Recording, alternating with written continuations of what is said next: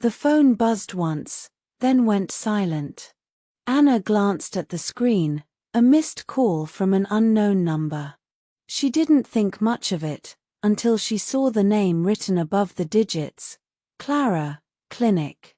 Her husband, Mark, walked into the room just then. She held up the phone. "You got a call." He smiled too quickly. "Oh, just work. A wrong number, maybe." His voice was calm, but his eyes flickered, that tiny shift she knew too well. Anna nodded, pretending to believe him, but inside, something tightened. It wasn't the first time she'd heard an excuse that sounded too smooth. The memory of past lies echoed quietly in her mind, the late meetings, the forgotten anniversaries, the same tired reassurances. That evening, as rain tapped softly against the windows, she sat alone with her tea growing cold. She replayed the call, the way he smiled, the way he avoided her eyes. It all felt too familiar, the calm before another storm. She whispered to herself, he lied again. And this time, she promised she wouldn't let it pass unanswered. The next morning, Mark ties his tie in silence. He kisses Anna's forehead lightly and says, "I have an early meeting at the office." She smiles faintly, though her chest feels heavy. Something about his calmness doesn't sit right, his voice too careful, his eyes too distant. When he leaves, the house feels colder. By habit, she picks up his coffee mug from the table, and sees a folded receipt underneath it. It's from a cafe across town, dated yesterday evening, the time he claimed to be working late. Her heart begins to pound.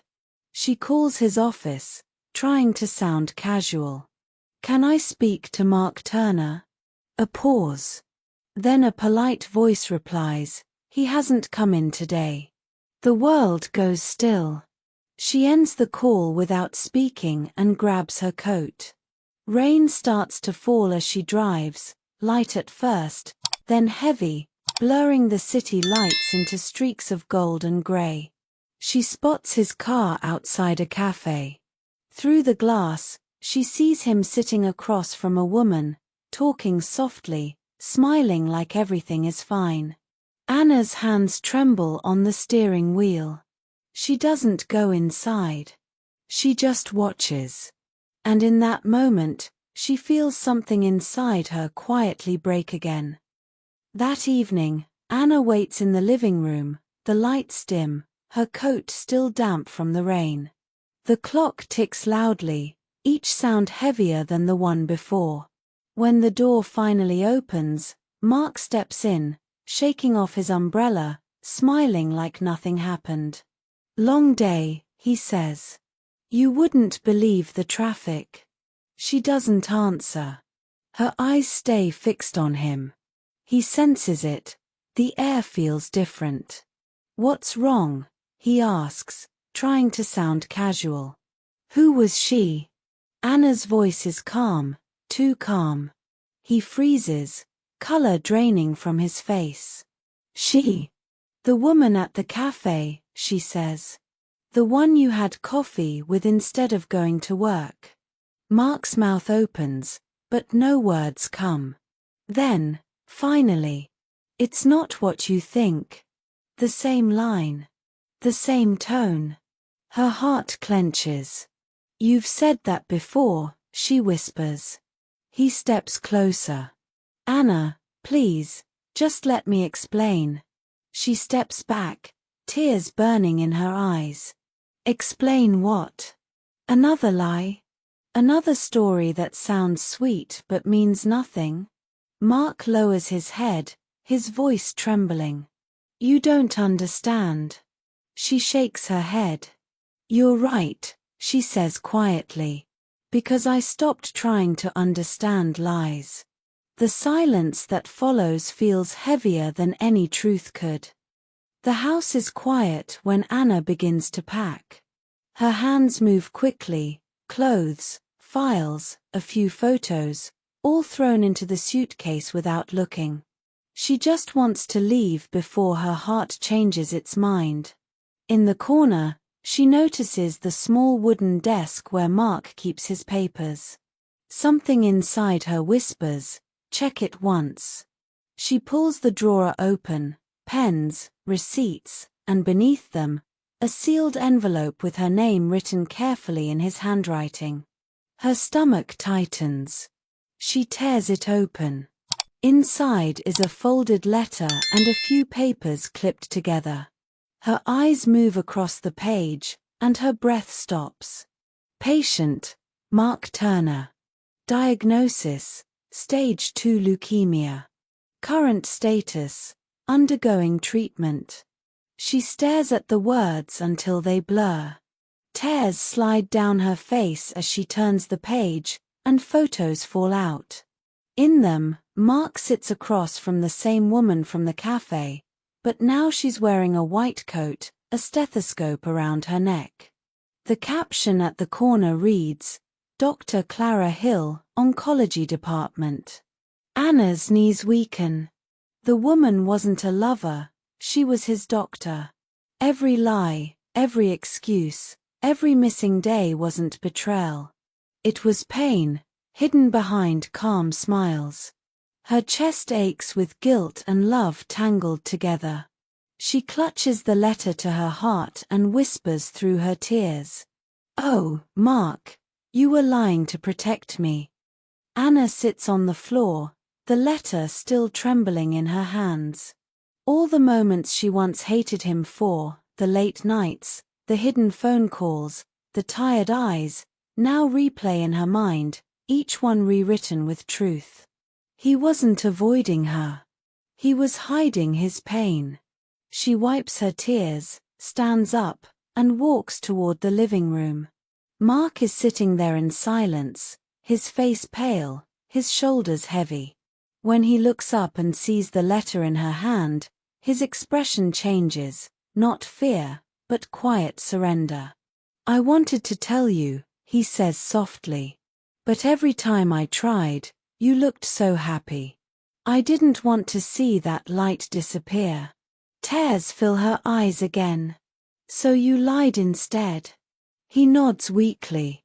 "I didn't want you to worry. You already carry so much." His voice breaks on the last word.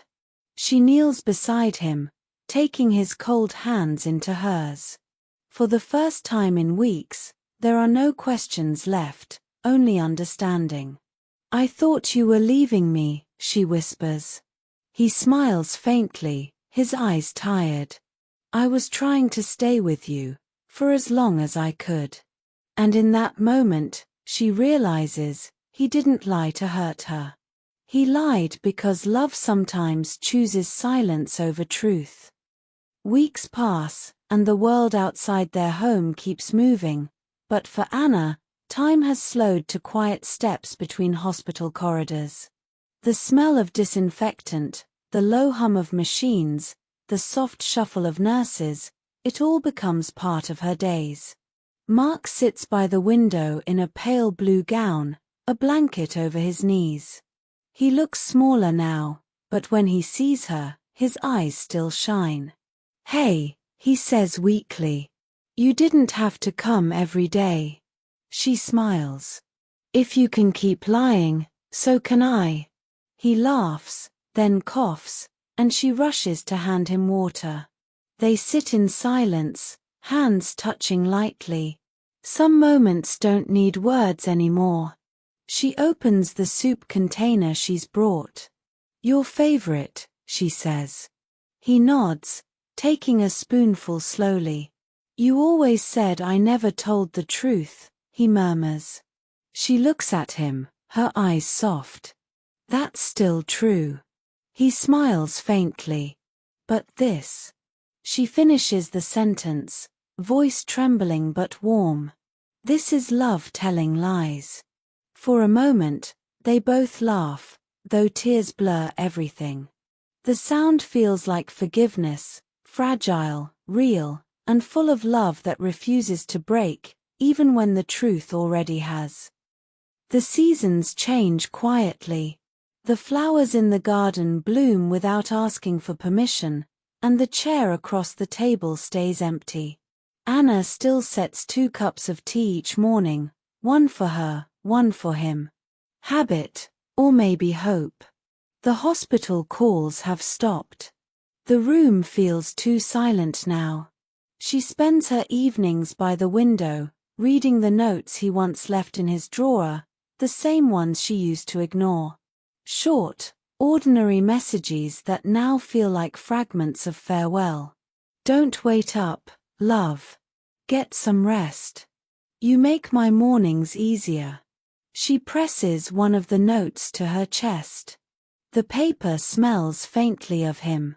In the very last envelope, written in his uneven handwriting, she finds a single line. If I lied again, it was only to make you smile a little longer. Tears fall, but she smiles through them. For once, the lie doesn't hurt, it heals. She whispers into the quiet, "You kept your promise." Outside, a soft wind moves the curtains as if someone gently brushed past. Sometimes love hides behind lies, not to deceive, but to protect. And when truth arrives, it hurts not because it betrayed us, but because it loved too deeply to let us break before it did. Thank you for listening. If this story touched your heart, please like, share, and subscribe to Academia Bees for more emotional English stories.